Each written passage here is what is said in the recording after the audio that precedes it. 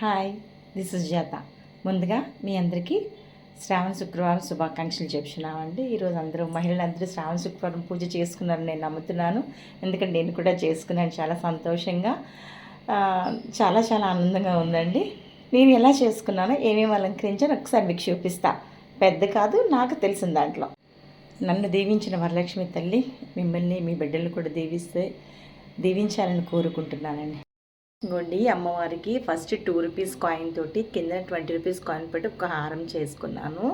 ఆ తర్వాత నేను గోల్డ్ ఇయర్ రింగ్స్ కొనుక్కున్నాను, కాసు కూడా. ఇవి చూసారా కాసులు, నేను లాస్ట్ 5 ఇయర్స్ నుంచి చాలా కరెక్ట్గా చేసుకొస్తున్నానండి. సో దానివల్ల ఆ 5 కాసులతోటి అలా నల్లపూసలు వేసి చేయించుకున్నాను.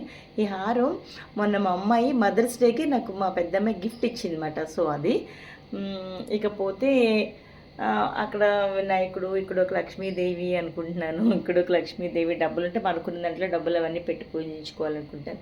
ముఖ్యంగా పసుపు కుంకుమ అండి. సో అందుకని చెప్పేసి నేను 2 సార్లు పెట్టుకున్నాను పసుపు కుంకుమ. అక్కడ పెట్టినాను, అక్కడ కూడా కుంకుమ పెట్టాను, మళ్ళీ ఇక్కడ పసుపు పెట్టాను, ఇక్కడ కూడా కుంకుమ పెట్టాను. సో ఎందుకంటే అక్కడ వినాయకుడి పూజ ఏదో నాకున్న దాంట్లో కొద్ది అలా చేసుకున్నాను. లాస్ట్ ఇయర్ అయితే పిల్లలిద్దరితో చేయించాను. మరి ఇద్దరు పిల్లలు కూడా ఉద్యోగుల కోసం బయట ఊళ్ళో ఉన్నారు కదా, అందుకని నా కళ్ళని కాడ ఏదో చేసుకున్నాను. మీరు కూడా ఇలా సంతోషంగా చేసుకుని అనుకుంటున్నానండి.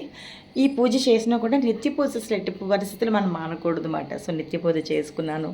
నేను చక్కగా నాకు ఏదో చాలా ఆనందం. నాకు పూజలు అంటే చాలా ఇష్టం. నాకున్న దాంట్లో సంతోషంగా పూజ చేసుకున్నాను. నన్ను దీవించిన వరలక్ష్మి దేవత